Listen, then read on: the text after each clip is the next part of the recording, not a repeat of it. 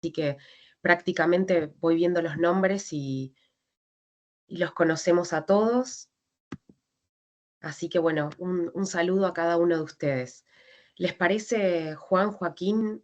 Vamos iniciando la presentación. Bueno, como no, buenos días. Eh, sí, Alejandra. No, perdón, te hago yo una breve presentación tuya para los que no te conocen. Juan Sonoda es Managing Partner del estudio Beretta Godoy, un estudio socio de la Cámara, miembro de nuestra comisión directiva y que coordina el grupo legal y fiscal también, la comisión. Es un estudio especializado en minería, petróleo y gas, infraestructura e inversión extranjera, recursos naturales en general. Y no es la primera vez que tenemos un webinar con Juan, ya hemos hecho en otra oportunidad en la Cámara, junto a la Cámara Minera, en lo que es su especialidad, que son los recursos naturales, la infraestructura, justamente todos los temas de especialidad del estudio. Así que, bueno, en este encuentro, no sé, Juan, si querés que te hagan las preguntas a medida que vos vas hablando o preferís que te las hagan al final. Como quieran, no somos muchos, así que me parece que, bueno, ahora nos vamos sumando, pero sí, si alguien tiene una pregunta, por favor que la haga y la vamos respondiendo. Eh, Voy a compartir la presentación, si me dan un segundito, y arrancamos. Bueno, a ver.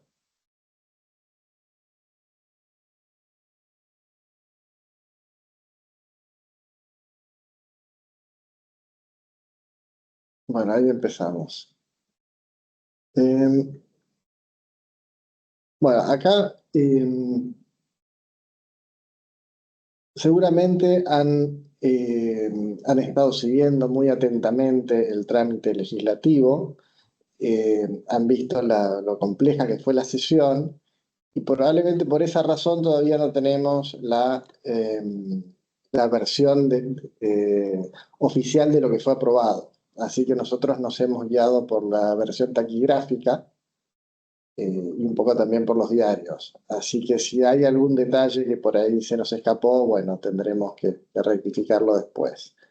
Pero ustedes han visto cómo en el Congreso, en el Senado, eh, se, se terminó limitando el alcance del RIGI. Inicialmente iba a ser sin limitación de industrias y finalmente en la noche en la antenoche vimos que quedó limitado a estos sectores, ¿no? El agroforestal, infraestructura, minería, energía y tecnología, que en definitiva eran los sectores que estaban en mente probablemente de quienes redactaron este proyecto de ley.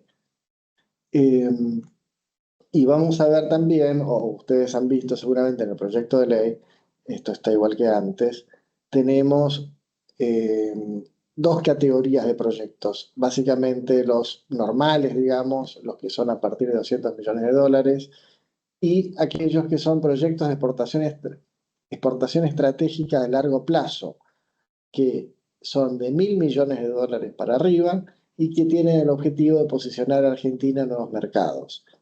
Estos proyectos tienen algunos beneficios adicionales a los que establece el RIGI para el resto de los proyectos.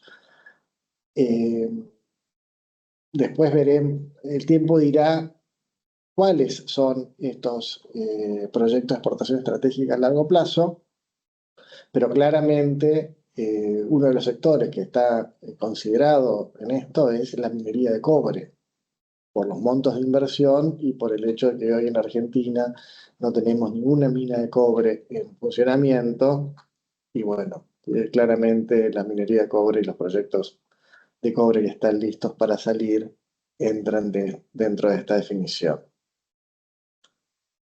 ¿Cuáles son los requisitos para calificar en el RIGI, para ser beneficiario del RIGI? En primer En primer lugar, necesitamos una inversión mínima entre 200 y 900 millones de dólares. Esto es un monto que el Poder Ejecutivo va a reglamentar por sector. Algunos sectores les pedirá más, otros les pedirá el mínimo de 200 millones. De esos 200 millones, un 40% tiene que ser invertido en los primeros 2 años. En los primeros 2 años desde que el proyecto presentado al RIGI se aprueba. Esto también es a reglamentar por sector porque se puede bajar hasta un 20% según el sector por reglamentación. Esta inversión se tiene que hacer vía un BPU, es decir, una sociedad de propósito único, como la llamamos en inglés un SPV, o una sucursal dedicada. El asterisco indica que nosotros vamos ahora a profundizar un poco de qué se trata. La inversión tiene que ser de largo plazo, y ahora vamos a ver de qué se trata, y en activos computables. Y también, acá hay algo que está muy bien pensado en el RIGI, que es, esto tiene que ser logrado en una ventana de 2 años, es decir, los proyectos tienen que ser presentados al RIGI, presentados para calificar y que se apruebe su inclusión en RIGI, dentro de los 2 años de la entrada en vigencia de la ley. Y ahora vamos a ver también que esto no se trata únicamente de presentar la solicitud, sino que, bueno, la solicitud en sí requiere todo un trabajo previo. Entonces, ¿qué significa largo plazo? Que es uno de los requisitos. Bueno, acá hay una fórmula. El largo plazo es un cociente que tiene que dar igual o menos que el 30%. Entonces, en el cociente tenemos el valor actual del flujo de fondos de los primeros 3 años, excluidas inversiones, es decir, el cash flow, pero no el cash flow neto, simplemente el flujo de caja sin inversión durante los primeros 3 años dividido por el valor actual neto de las inversiones de capital en los 3 primeros años. Es decir, eh, eh, el flujo de caja tiene que ser un 30% o menos del valor de la inversión. Son proyectos donde se hace una gran inversión al principio y esa inversión se recupera a lo largo del tiempo. Claramente podemos pensar acá en proyectos de infraestructura, recursos naturales como minería o petróleo, un proyecto de consumo masivo, un proyecto bueno, hay que ver también qué números tiene, pero no necesariamente podrían tener ese retorno. Así que esto es uno de los limitantes que definen qué tipo de proyectos se pueden ingresar al RIGI. Luego, habíamos dicho que esto se tiene que hacer a través de un BPU o una sucursal dedicada. Este es un punto que es sumamente interesante y que también es condicionante de cómo se hace la inversión y qué proyectos se pueden admitir. En primer lugar, este BPU tiene que tener un objeto único y exclusivo de llevar a cabo un proyecto de inversión admitido en el RIGI. Es decir, no pueden desarrollar actividades o poseer activos que no estén afectados a dicho proyecto, con la excepción de las inversiones transitorias de su capital de trabajo, es decir, todo lo que se necesita para una administración prudente de los fondos. Y la pregunta entonces es, bueno, pero yo necesariamente, si yo tengo, por ejemplo, una empresa minera donde tengo varios activos y tengo varios proyectos, necesariamente tengo que hacer un spin-off de alguno de mis activos para incluirlo en el RIGI. Bueno, esa es una de las alternativas, sí, hacer un spin-off, crear una sociedad nueva y que esa sociedad nueva sea el BPU. Y otra alternativa también es segregar ese proyecto vía una sucursal dedicada. Esto es algo que uno no ve muy frecuentemente, pero seguramente los que son colegas abogados saben que no solamente es posible tener en Argentina sucursales de sociedades extranjeras, sino que una sociedad puede también constituir una sucursal de sí misma, en su propia o en otras jurisdicciones. Y esa sucursal puede tener quid propio, tiene que tener contabilidad independiente y tiene que tener un capital asignado, que también las sucursales no necesariamente necesitan capital, pero para el RIGI tienen que tener un capital asignado, que en definitiva, eh, ¿por qué? Es decir, esta sucursal dedicada no solamente terminaría teniendo un PIB propio y su contabilidad independiente, sino que tendría toda una operación propia. Tendría su propio quid, sus propias cuentas bancarias, sus propios empleados. Más allá de que siendo una sucursal, evidentemente hay una responsabilidad limitada de la sociedad principal respecto a la sucursal. Eh, bueno, a todo esto, el que tenga preguntas o tenga alguna duda, podemos, por favor, siéntase libre de preguntar. Disculpa, ¿puede ser Sí, una UTE que se pueda? sí, perfectamente. Volviendo al tema, la BPU o sucursal dedicada puede ser Sociedad Anónima, SRL, Sociedad Anónima en su versión común y SAU, puede ser una SRL o puede también ser una UTE u otra forma de contratos asociativos. Gracias. Eh, entonces, esta es otra de las limitantes que tiene el RIGI, que es la inversión tiene que ser en activos computables y tiene que ser hecha a partir de la entrada en vigencia del RIGI. Es decir, si yo tengo, eh, si yo ya hice una inversión, yo ya tengo activos, bueno, eso en principio podría no computar como una inversión, no sería una inversión computable. Ahora, esto es también un poco relativo. ¿Por qué? Porque nosotros tenemos que, de alguna forma, estructurar el proyecto en el BPU o en la sociedad o en la sucursal dedicada. Entonces, al hacer la estructuración, sí es posible que esto se compute. Es decir, yo tengo mi sociedad anónima donde tengo 3 proyectos petroleros. O tengo 3 concesiones en mi sociedad, y de esas 3 concesiones petroleras, una de ellas va a ser el proyecto que vamos a elegir presentar al RIGI. Entonces, constituimos el BPU y para la transferencia de ese proyecto al BPU, ahí sí voy a poder computarme esa inversión. Tendré que hacer una evaluación de ese activo que estoy transfiriendo al BPU y ahí sí me lo voy a estar computando. De la misma forma, si constituimos una sucursal dedicada, entonces ahí también le tendremos que asignar el activo y ahí sí vamos a poder computarlo.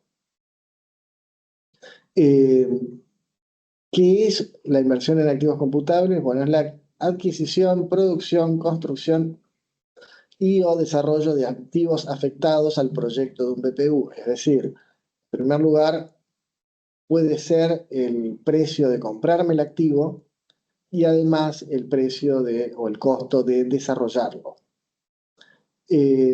No se pueden incluir los activos financieros de portafolio y bienes de cambio, es decir, esto es un requisito esperable y deseable, que es tener dinero listo para ser usado, pero que después lo puedo usar o llevármelo. Esto no computa como una inversión computable. La inversión es efectivamente hundir ese dinero en el proyecto.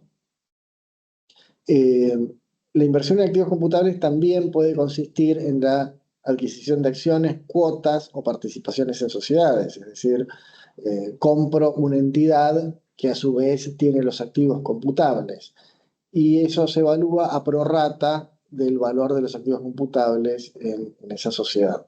Es decir, si tuviera activos computables y otros bienes, entonces solo se van a computar los activos computables. Parecería de todas formas que lo más práctico al estructurar un proyecto es crear una BPU nueva o crear una sociedad y ahí asignar todos los activos. Ahora vamos a ver también el aspecto fiscal que tiene esto.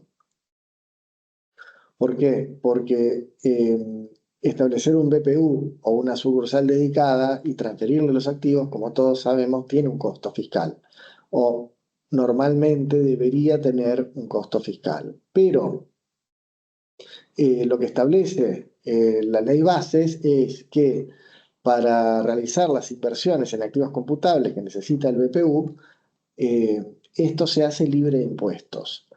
Ahora, también lo que sabemos es que una reorganización libre de impuestos tiene toda una serie de requisitos. O sea, normalmente las sociedades que se reorganizan, cada una tiene que continuar la actividad anterior, hay que cumplir requisitos donde eh, los accionistas de esas sociedades tienen que mantener un 80% de su tenencia por 2 años. En fin, son requisitos que le quitarían flexibilidad a esta reorganización para crear los BPUs y por eso, bueno, estos requisitos han sido dispensados en el RIGI. Otra cuestión también es que no es necesario dar publicidad a estos actos. ¿Por qué? Porque típicamente la FIP a lo largo de los años desarrolló una postura de que cuando se hacía una transferencia de activos en el marco de una transferencia de fondos de comercios para una reorganización libre de impuestos, eso tenía que publicarse edictos, en fin, como manda la ley de transferencia de fondos de comercios, y si no, la FIP no reconocía esa reorganización. Y bueno, eso de todas formas fue controvertido. Nosotros en el estudio hemos ganado casos donde se concluyó que la publicidad no era exigible, muchos de nuestros clientes los han ganado, pero bueno, prudentemente el RIGI establece que esa publicidad acá no va a ser necesaria. Entonces hay mucha flexibilidad para poder crear los BPUs y para poder transferirle los activos. Ahora, volviendo a la inversión en activos computables, vamos a ver que acá hay un límite, y este es un punto muy interesante, que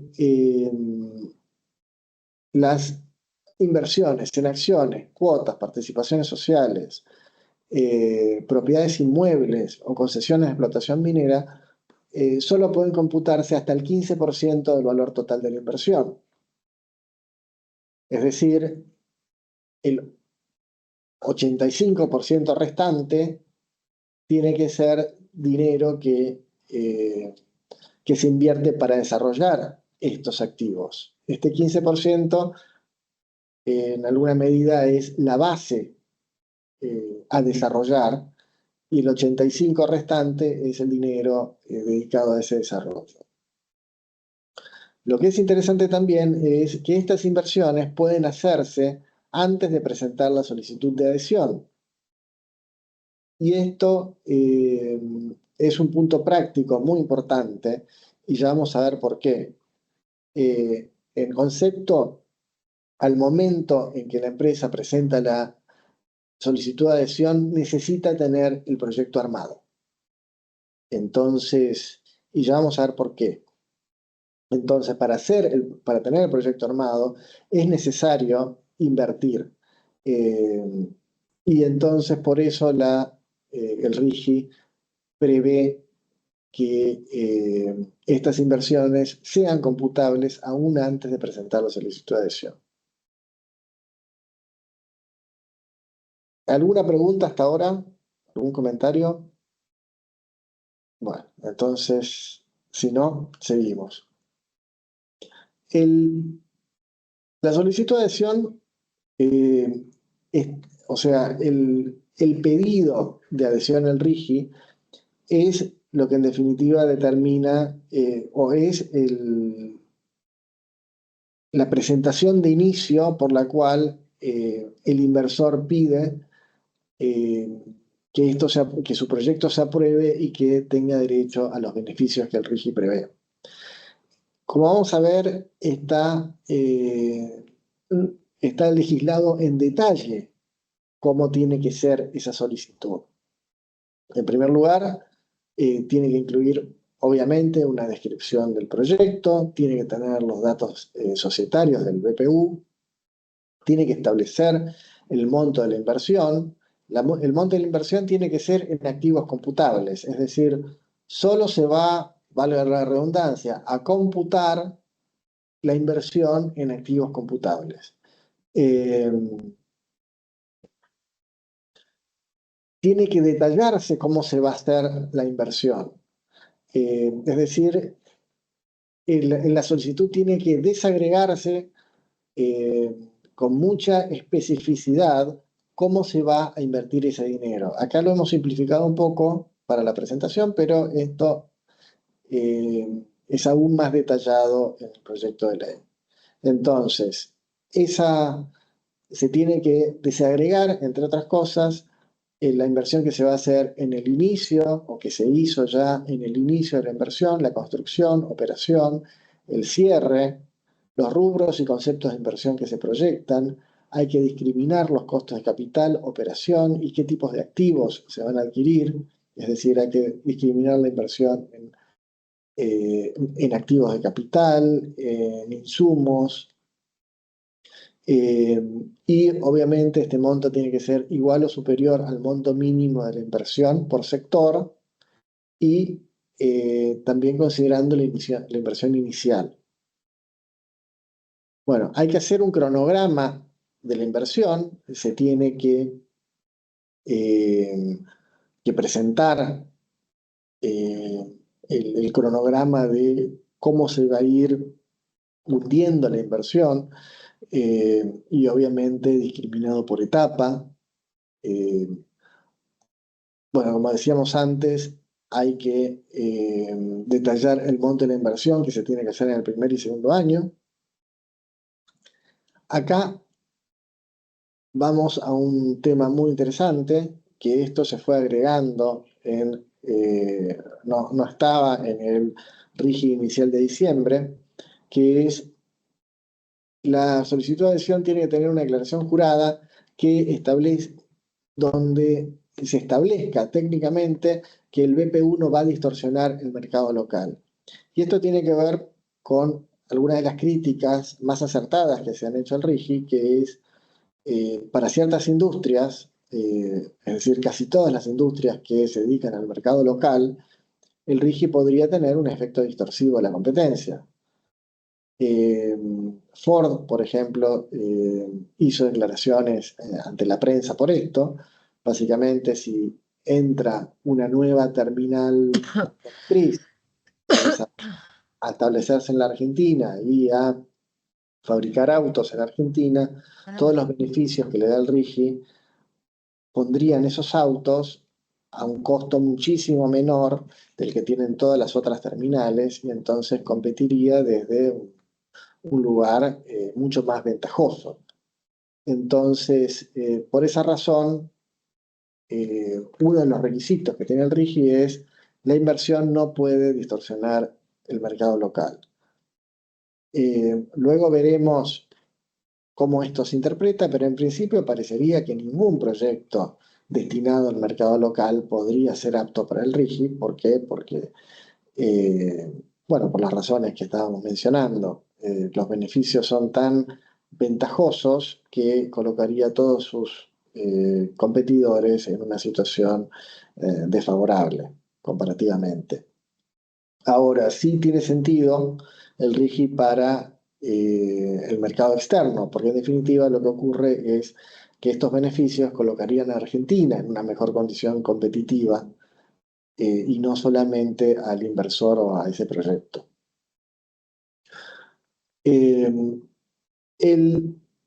La solicitud de adhesión también tiene que incluir una fecha límite para cumplir el monto de inversión mínima en activos computables, es decir, tiene que ser dentro de los 2 primeros años, pero hay que establecer, hay que especificar cómo se va a ir haciendo esa inversión y cuándo se va a terminar. Tiene que explicarse en detalle cuál es la fuente de financiamiento que va a tener el BPU, es decir, quién, cómo y con qué certeza va a poner ese dinero. Hay que explicar qué empleo directo e indirecto se va a generar. Es necesario presentar un plan de desarrollo de proveedores locales que tiene que ser por lo menos, los proveedores locales tienen que ser por lo menos el 20% de los proveedores. Ahora lo vamos a ver a esto con un poco más de detalle. Este plan de desarrollo se fue incorporando en el sucesivo trámite del proyecto.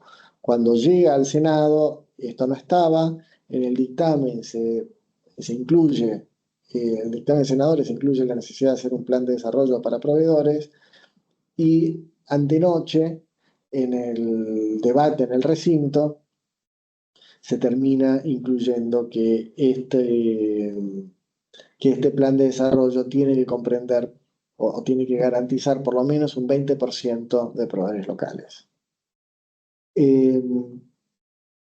Después, también otra de las cuestiones otro de los puntos que tiene que tener la solicitud de adhesión es que tiene que haber una estimación de cuál va a ser la producción y el monto estimado de exportaciones en un cronograma proyectado hasta el fin de la vida útil. Bueno, en un proyecto de recursos naturales esto es algo de todos los días, obviamente. ¿Por qué? Porque nosotros tenemos una estimación de las reservas que pueda tener el proyecto y cómo van a ir siendo extraídas estas reservas. Obviamente después será lo que tenga que ser porque esas reservas van a estar sujetas a los precios, ¿no? Por eso esto es un estimado y obviamente no se puede garantizar. Bueno, vamos a hacer un pequeño paréntesis para ver el tema de los proveedores locales. Este es el texto que se votó antenoche, que se incorporó al RIGI. Lo paso a leer. El plan de desarrollo de proveedores locales debe contener un compromiso de contratación de proveedores locales respecto de bienes u obras para el desarrollo del proyecto, equivalente como mínimo al 20% de la totalidad del monto de inversión destinado al pago de proveedores correspondiente al proyecto, siempre y cuando la oferta de proveedores locales se encuentre disponible y en condiciones de mercado en cuanto a precio y calidad. Dicho porcentaje mínimo deberá mantenerse durante las etapas de construcción y operación. Bueno, vemos que si bien es un requisito que se está agregando, la verdad es que esto es bastante más ventajoso que las políticas de compra local que hoy manejan las provincias. ¿Por qué? En primer lugar, este 20% obviamente no es la totalidad del monto del proyecto, sino que es básicamente el 20% del monto destinado al pago de proveedores. Así que, perdón, un tema importante es la definición de qué son los proveedores locales, es decir, locales respecto de qué. ¿Qué es local? Local es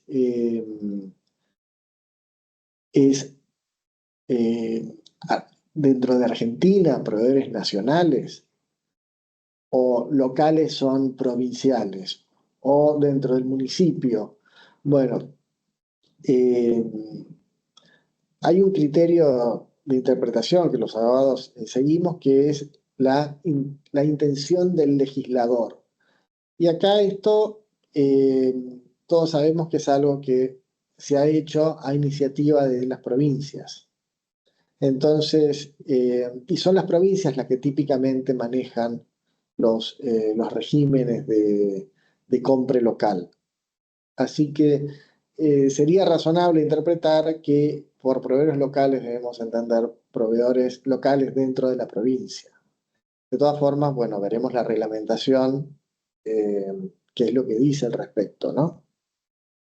Y acá también vamos a ver, esta es una de las cuestiones que tiene el trámite legislativo, eh, porque por ahí no parecería lo mejor que, que la autoridad nacional que va a evaluar esto sea la que termine evaluando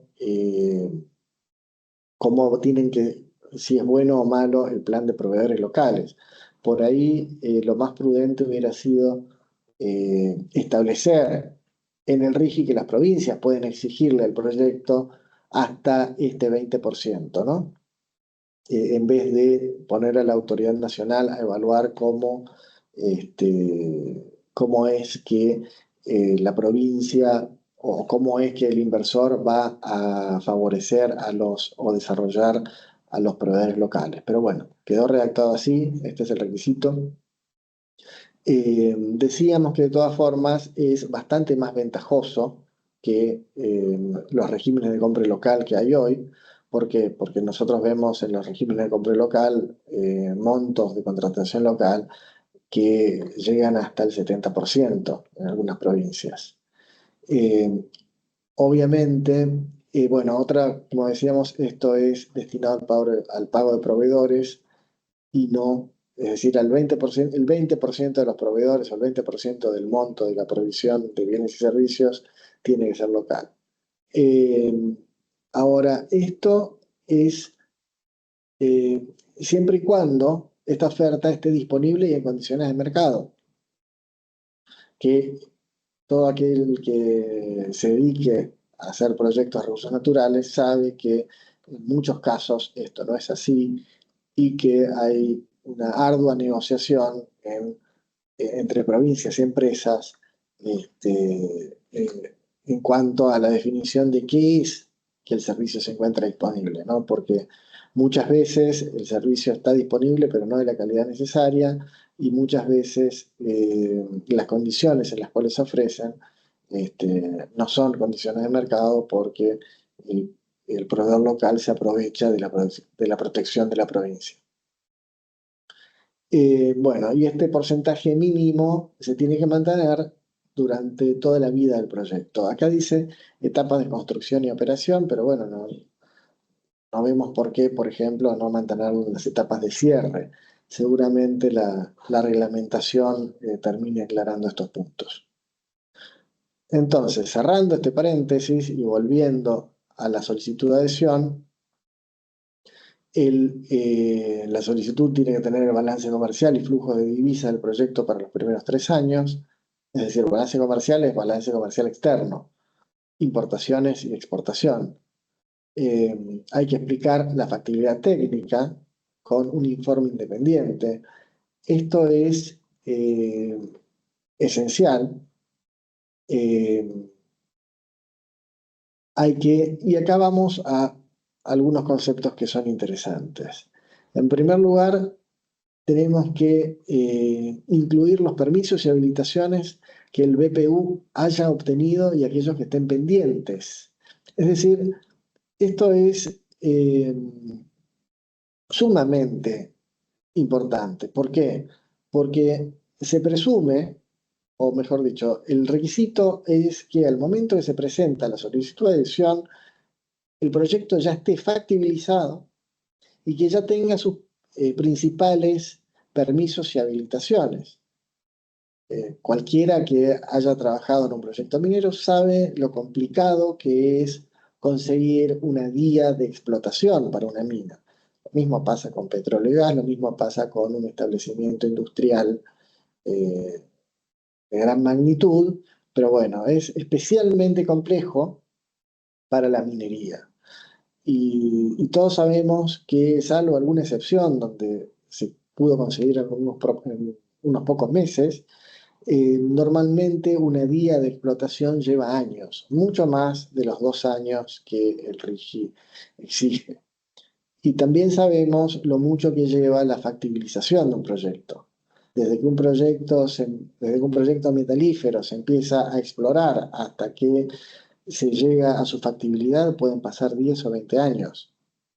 Entonces, esto nos da la pauta de que el RIGI está pensado para aquellos proyectos que ya están avanzados y que ya están en condiciones de obtener rápidamente eh, estos permisos, pueden obtener rápidamente su día.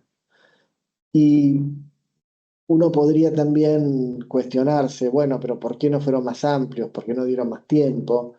Eh, pero acá todo esto muestra que hay una estrategia muy clara por parte del gobierno nacional y que no solamente tiene que ver con eh, hacer que la inversión llegue rápido, eso obviamente es uno de los objetivos de haber puesto este plazo de 2 años, es decir, que en este plazo de 2 años eh, las empresas inversoras tengan esta ventana y para que puedan aprovecharla tienen que decidir y actuar muy rápidamente. También tiene que ver con las provincias. Todos sabemos lo mucho que puede tardar este proceso de aprobación de días y entonces este también es un mensaje a la provincia. Si la provincia quiere tener el proyecto, bueno, tiene que, en el plazo que establece la ley, tiene que emitir también todos los permisos necesarios. Eh, entonces, una vez presentada la solicitud, perdón, no sé si alguien tiene alguna pregunta respecto a la solicitud. Bueno, No por Sí, ahora. perdón, sí, sí, ¿cómo estás, Juan? Para ¿qué la tal? aprobación, ¿es requisito que todos los permisos ya estén otorgados o estén en trámite? Bueno, sí. Eh, la verdad es que es necesario que los principales permisos estén otorgados. Eh, de hecho, una de las causales no lo puse acá, pero una de las causales de rechazo de la aprobación es justamente eh, que no tengan los permisos necesarios o que no exista una certeza de poder obtenerlos. Así Ok, que, gracias. y de hecho, eh, luego hay que hacer la inversión en los siguientes 2 años. Entonces, si alguien, por alguna razón, obtuviera una aprobación sin tener los permisos y después no pudiera cumplir el cronograma, bueno, hay que ver si el gobierno le toma eso como fuerza mayor o no. La idea es tener los principales permisos aprobados. Y por estos principales permisos, el principal es la vía. Después todos los demás, bueno, pueden estar o no por ahí. Deberíamos pensar en los permisos, sobre todo ambientales, ¿no? Vía, sustancias peligrosas, transporte de sustancias peligrosas, eh, efluentes, en fin, pero sobre todo la vía. Gracias. Entonces, la aprobación tiene que ser otorgada en un plazo de 45 días. Y esto también fue objeto de debate en la sesión del Senado, porque en el texto que venía con el dictamen, lo que, lo que se establecía es que había 45 días para aprobar o rechazar, y también que podía haber un único pedido de información y que ese único pedido de información tenía que ser hecho a los 15 días eh, de que la solicitud se presentara. Entonces, en el recinto esto cambió y ahora se establece que el pedido de información suspende el plazo para aprobar y rechazar, como es la práctica, y que no hay límite, no se establece un límite a cuántos pedidos de información se pueden presentar.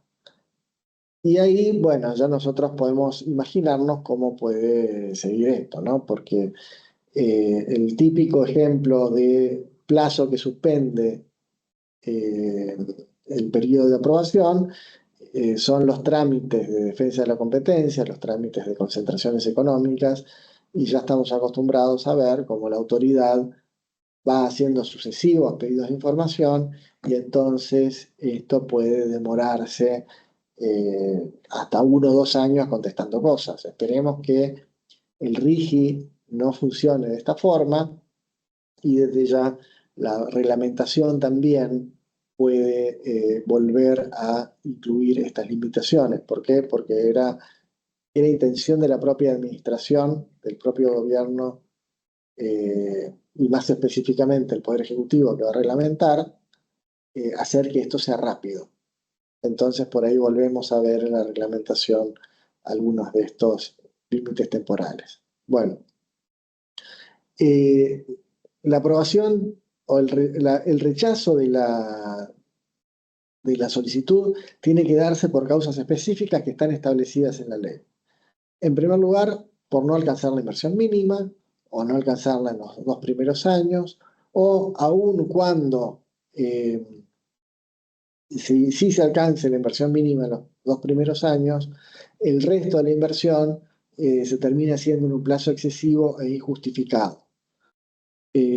Luego, la otra causal es falta de información, es decir, que la solicitud sea incompleta o insuficiente para decidir, o también por imposibilidad de cumplir el plan de inversión. Y acá volvemos al tema eh, de los permisos, de las autorizaciones.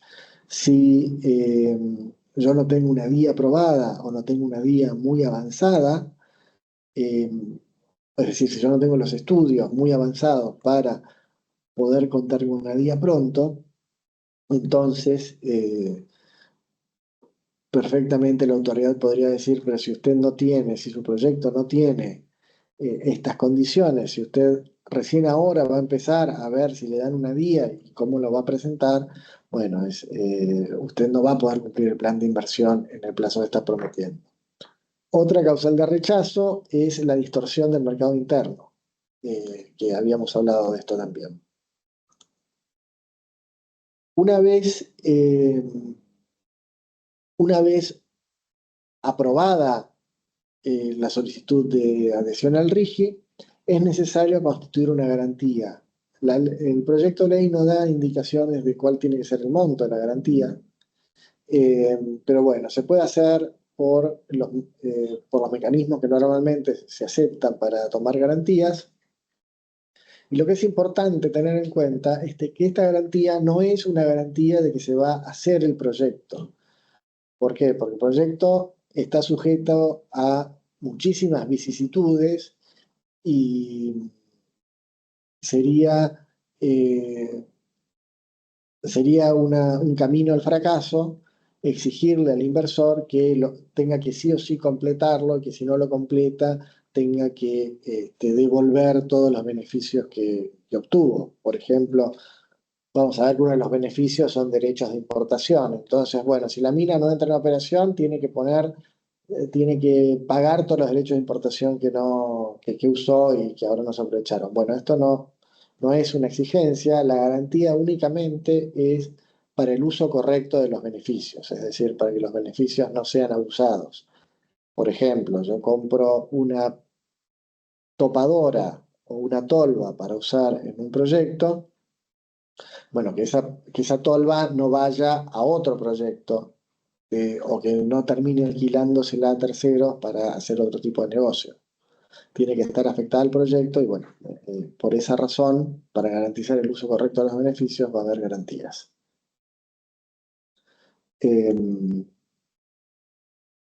Pasamos entonces a los beneficios fiscales. Vamos a explicar los principales. Esta parte seguramente ustedes ya la tienen bien conocida, pero vamos a ir rápidamente a ver esto. La alícuota del impuesto a las ganancias se reduce un 10% respecto de de la alícuota máxima que tenemos, que es el 35%. Hay un sistema de amortización acelerada. Los quebrantos, esto es muy interesante, los quebrantos no se extinguen y pueden transferirse a los 5 ejercicios. Es decir, como ustedes saben, los quebrantos de ganancias caducan a los 5 años, pero bueno, no para el RIGI. Los dividendos se pagan a la mitad, es decir, la alícuota normal del 7% se reduce al 3,5% si el dividendo se difiere 3 años para a partir de su declaración y pago.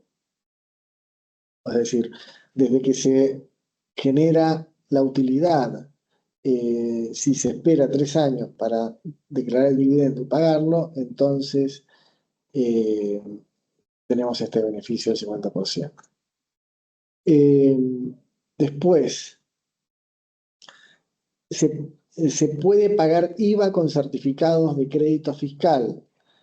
Esto tiene que ser reglamentado, ya veremos cómo se reglamenta, pero lo que va a ocurrir es que no sería necesario sacar dinero del bolsillo para pagar el IVA, sino que el inversor tendría derecho a que el gobierno le emita un certificado y con ese certificado puede ir a su proveedor y pagarle la parte del precio que corresponde al IVA. Además, el impuesto a los créditos y débitos bancarios es un 100% a cuenta del impuesto a las ganancias.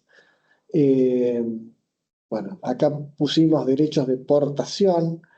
Deberíamos haber puesto derechos de exportación, es decir, no hay derechos de exportación. No hay aranceles de aduana para los bienes de capital. Ustedes recordarán que el RIGI empezó que no iban a pagar aranceles ni los bienes de capital ni los insumos. Esto quedó únicamente en bienes de capital ahora, que ha sido muy criticado por los detractores del RIGI, pero bueno, quienes trabajan en minería saben que la ley de inversiones mineras lo tiene hace 30 años y que nunca perjudicó a la industria local. Así que bueno, acá está también para el RIGI. Y el corazón del RIGI, en nuestra opinión, está acá en comercio exterior y en la garantía de libre disponibilidad de divisas y productos.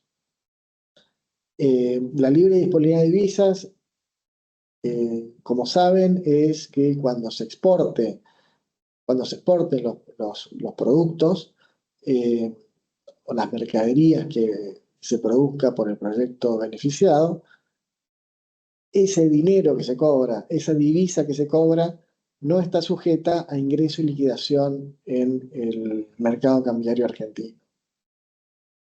Esto no es inmediato, es necesario un tiempo de espera, es decir, son porcentajes que van subiendo. Hay una garantía de libre disponibilidad del 20% después de los primeros 2 años, es decir, los primeros 2 años no hay garantía. A partir del inicio del tercer año hay un 20%, luego de transcurridos los 3 años 40% y un 100% de libre disponibilidad después de 4 años. Lo cual es, en un proyecto de larga duración, lo más probable es que en esos primeros 4 años ni siquiera haya un flujo de divisas, así que esos tiempos de espera no terminan siendo relevantes. De hecho, en el recinto se añadió un año más para las 2 categorías. Es decir, el proyecto que tenía dictamen entró al recinto para ser tratado con un 20% después del primer año y bueno, así sucesivamente. Y los proyectos de exportación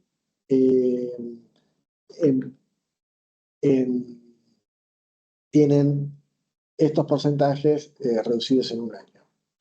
Bueno, no hay restricciones para importar, es decir, no hay ningún tipo de restricción para importar. Con esto no quiere decir que no se paguen aranceles de aduana para importar, sí se pagan, salvo que sean bienes de capital. pero no se puede, el beneficiario del RIGI tiene garantizado que va a poder importar sin pasar por ninguna de las restricciones que hemos visto habitualmente, ¿no?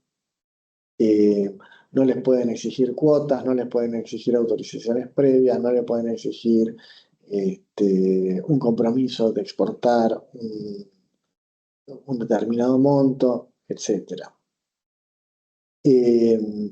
Bueno, y además los proyectos de exportación de largo plazo tampoco pueden tener restricciones respecto de insumos. ¿A qué se refiere el RIGI con esto? Ustedes recordarán, por ejemplo, que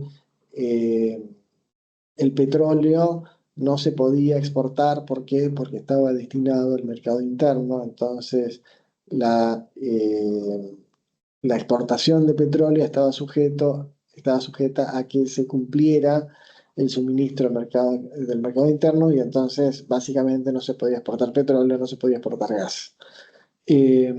Bueno, esto no es posible. Quien tenga el proyecto de exportación de largo plazo, entonces podrá exportar libremente el producto que tenga y no estará sujeto a, a restricciones de abastecimiento del mercado interno. Además, además existe una garantía de acceso al mercado de cambios para importaciones y para pagos intercompany. Todos sabemos que hoy los pagos intercompany, mejor dicho, los pagos de dividendos y los pagos de acuerdos intercompany, como pueden ser préstamos intercompany, regalías, asistencia técnica, todo eso está hoy virtualmente prohibido. Pero bueno, la garantía aquí es que todo eso, todas esas restricciones no se van a poder establecer. Hasta, y este es el caveat, hasta el tope del dinero que se haya ingresado al país a través del mercado de cambios oficial. Y esto es una restricción obvia. ¿Por qué? Porque si de otra forma está la posibilidad de armar lo que se llama rulo. Traigo el dinero por contado con liqui y luego lo saco por el mercado oficial y me beneficio con la brecha. Si estamos en una situación donde existe una brecha cambiaria como ahora, eso tendría un efecto ruinoso para la economía y una ventaja indeseada. Entonces, el requisito es que esto existe, pero hasta el tope de lo ingresado. De todas formas, existiendo libre disponibilidad de divisas, también podría no existir, porque en definitiva, si el proyecto es un proyecto exportador, como suelen ser los proyectos de las industrias que están promovidas, entonces ahí el dinero ya está fuera y no es necesario tener esta garantía. Pero bueno, la garantía de todas formas está. Después, una garantía muy importante es la estabilidad. Quienes trabajan en minería saben que la ley de inversiones mineras tiene una estabilidad fiscal, cambiaria y aduanera, pero también sabe que ha sido privada de toda utilidad por las reglamentaciones, regulaciones y las interpretaciones que han existido a lo largo de los últimos 30 años. Entonces, por esa razón, la estabilidad fiscal en el RIGI se define taxativamente como que que el beneficiario paga los impuestos vigentes al momento en que presenta su solicitud de adhesión. ¿Por qué? Porque esto es una respuesta a lo que está pasando con el régimen de inversiones mineras. En el régimen de inversiones mineras, a lo largo de los años, se empezó con este criterio, y a lo largo de los años esto se convirtió en que el inversor tiene derecho a que le reembolsen la diferencia entre lo que hubiera pagado antes y lo que está pagando ahora. Entonces, vencido el ejercicio fiscal en el cual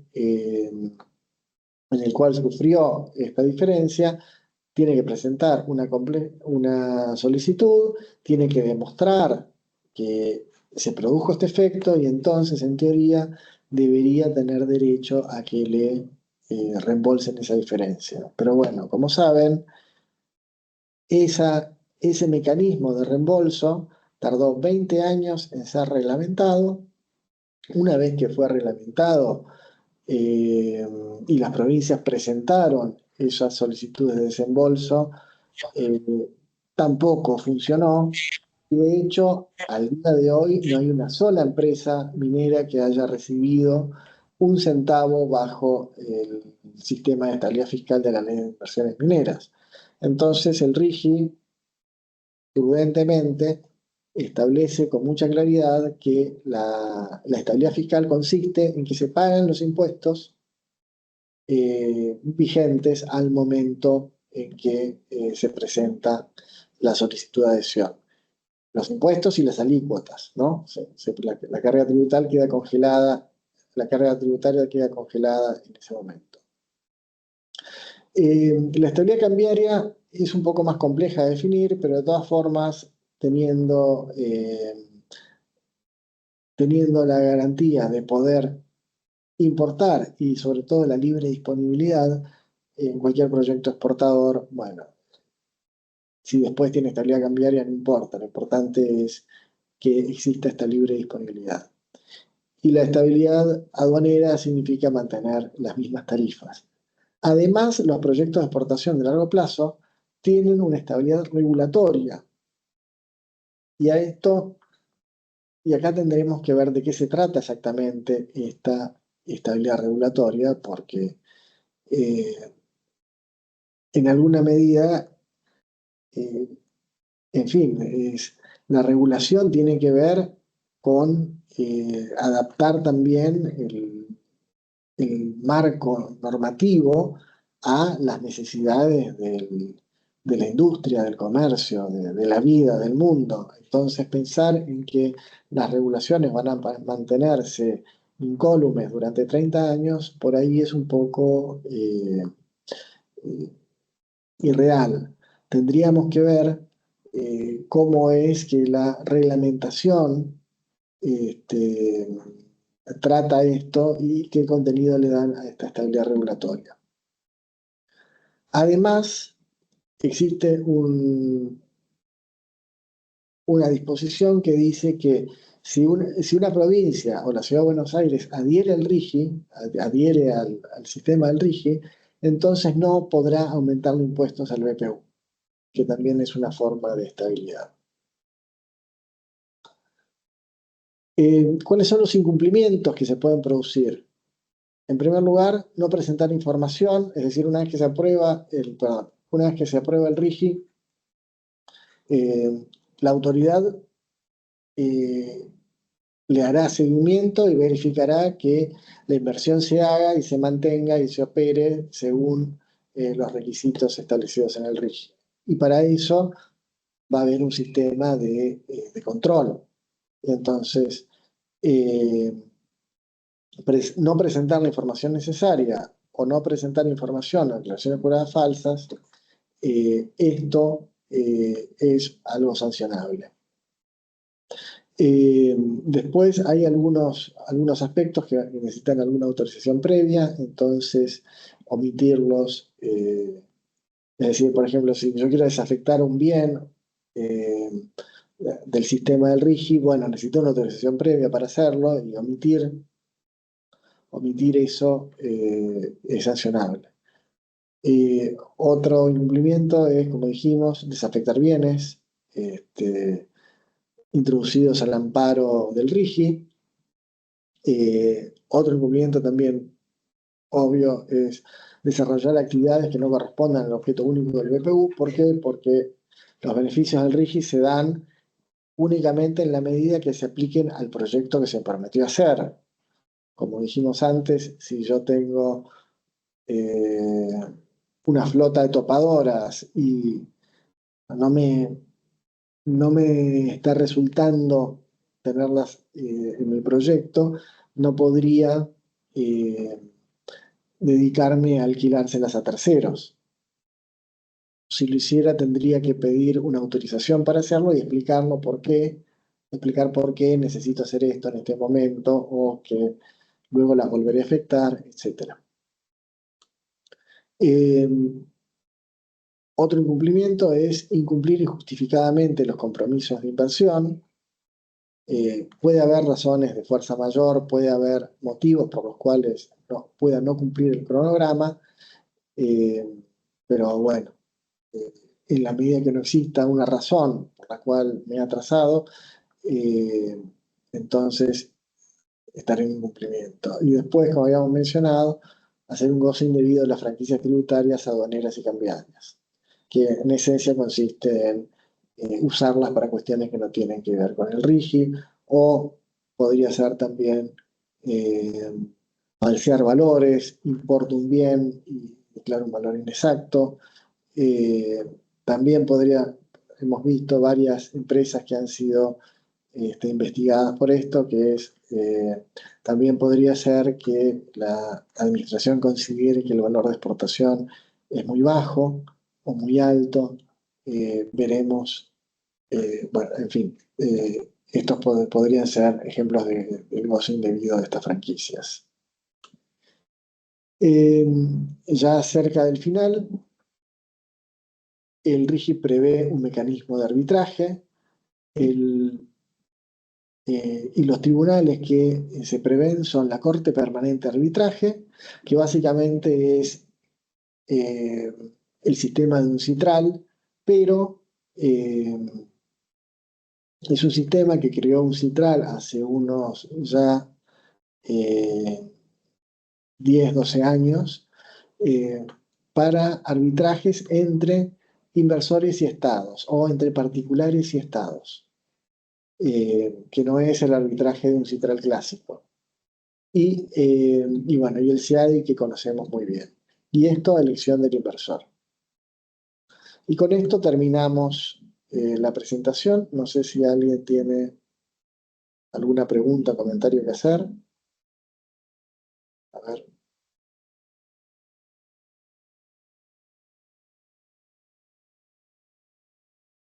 Hola, buen día. Sí, ¿qué tal? ¿Qué tal? Aquí Maximiliano de Xinjiang. Una consulta, tengo un par de preguntas. ¿Quién sería la autoridad de aplicación o de contralor del RIGI? No, es una autoridad que la ley crea. Es decir, es una autoridad que hoy no existe. Tampoco tiene nombre en la ley. O sea, no es que va a ser la Dirección de Inversiones Mineras, no es una repartición existente. Bien, ok. Personalmente me encantaría que lleven gente de inversiones mineras al RIGI porque tienen 30 años de entrenamiento de evaluar proyectos, especialmente, bueno, si fueran mineros, ¿no? Así que ojalá los tengan en cuenta, pero todavía eso está a definir. Bien. En un momento hablabas de que para después la repatriación de capitales iba a ser el tope de lo ingresado. Ahí estaríamos hablando del capital más las exportaciones. O sea, la Eh, inversión externa directa más las exportaciones posteriores. no necesariamente las exportaciones posteriores. Básicamente es el tope de lo que, es decir, si yo me quiero llevar por el MULC 100, tengo que haber traído 100. Ok.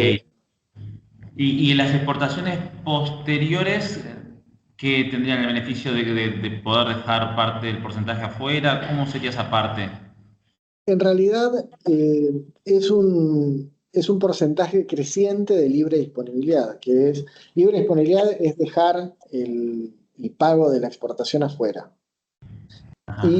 Eh, pero a los 4 años ya estás en el 100%. Bien. Entonces, y si es un proyecto de exportación de largo plazo, a los 3 años estás en el 100%. Entonces, la verdad es que casi ningún proyecto minero está exportando a los 4 años. Por ahí alguno que se hizo muy rápido.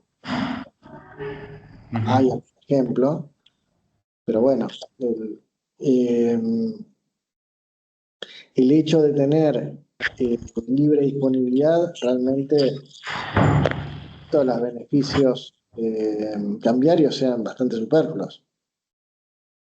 Bien.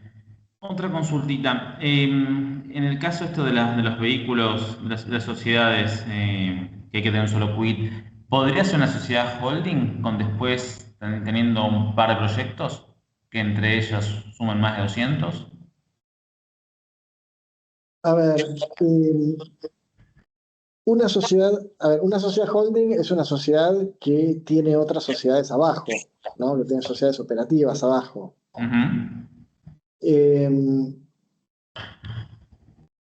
No es lo que... No es...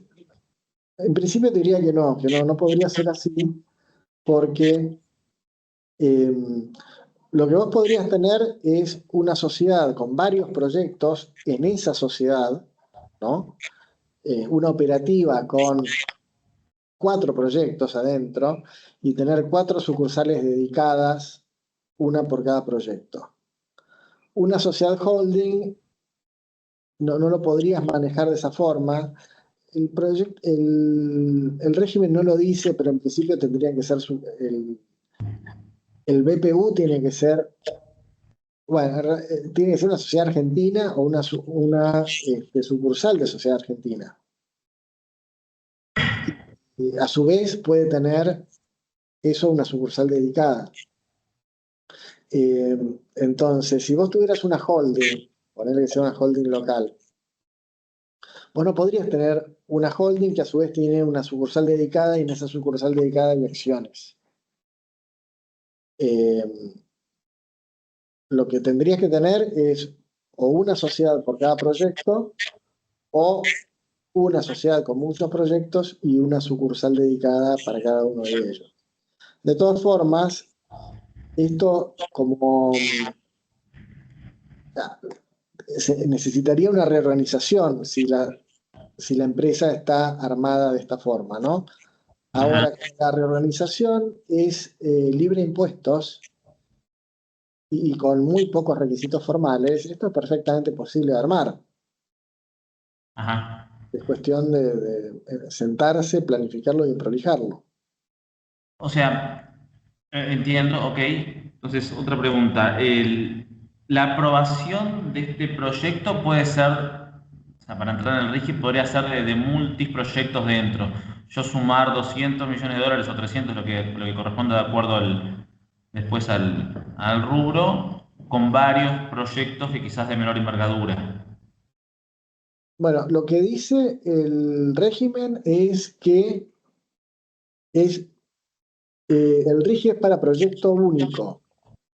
Es decir, si vos tenés, no sé, por decirte algo, ¿no? Una empresa donde tiene un yacimiento y ese yacimiento va a tener su propio personal, su propia planta, su propia operación, y su propio manejo logístico, y después tenés otro proyecto en iguales condiciones a 500 kilómetros de distancia, por ahí es difícil estructurar todo eso como un único proyecto. Habría que buscar un hilo conector,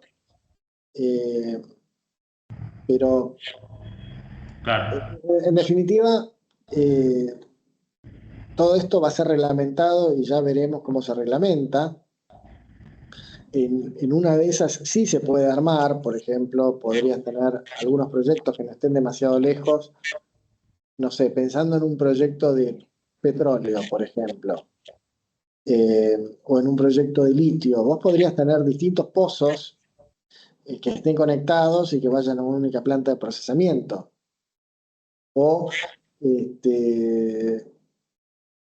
distintos pozos que tienen una logística común. En fin, es una cuestión también de creatividad de cómo definir el proyecto. Bien. Una vez que se reglamente, bueno, ver cuáles son los requisitos y ajustarse a eso según las necesidades del proyecto. Bien, bueno, gracias. Por favor.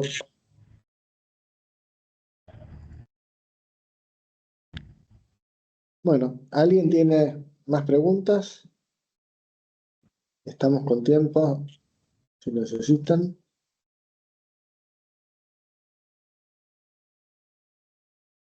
Si no, en todo caso, no sé si querés compartir los datos de contacto, ya sea en el chat o en la pantalla, y bueno, quienes quieran contactarlos a ustedes para más preguntas, te puedo escribir también. Bueno, espléndido, sí, sí. Será un placer. Bueno, Juan, la verdad que estuvo muy claro, inclusive para quienes no seguimos de forma técnica ciertos temas. Te agradecemos muchísimo de la Cámara Argentino-China y después estaremos compartiendo para los que no se pudieron conectar la información. Bueno, muchas gracias, Alejandra, muchas gracias a todos y ha sido un placer. Muchas gracias. Muchas gracias. Adiós. Muchas gracias. Hasta luego. Muchas gracias. Chao, chao.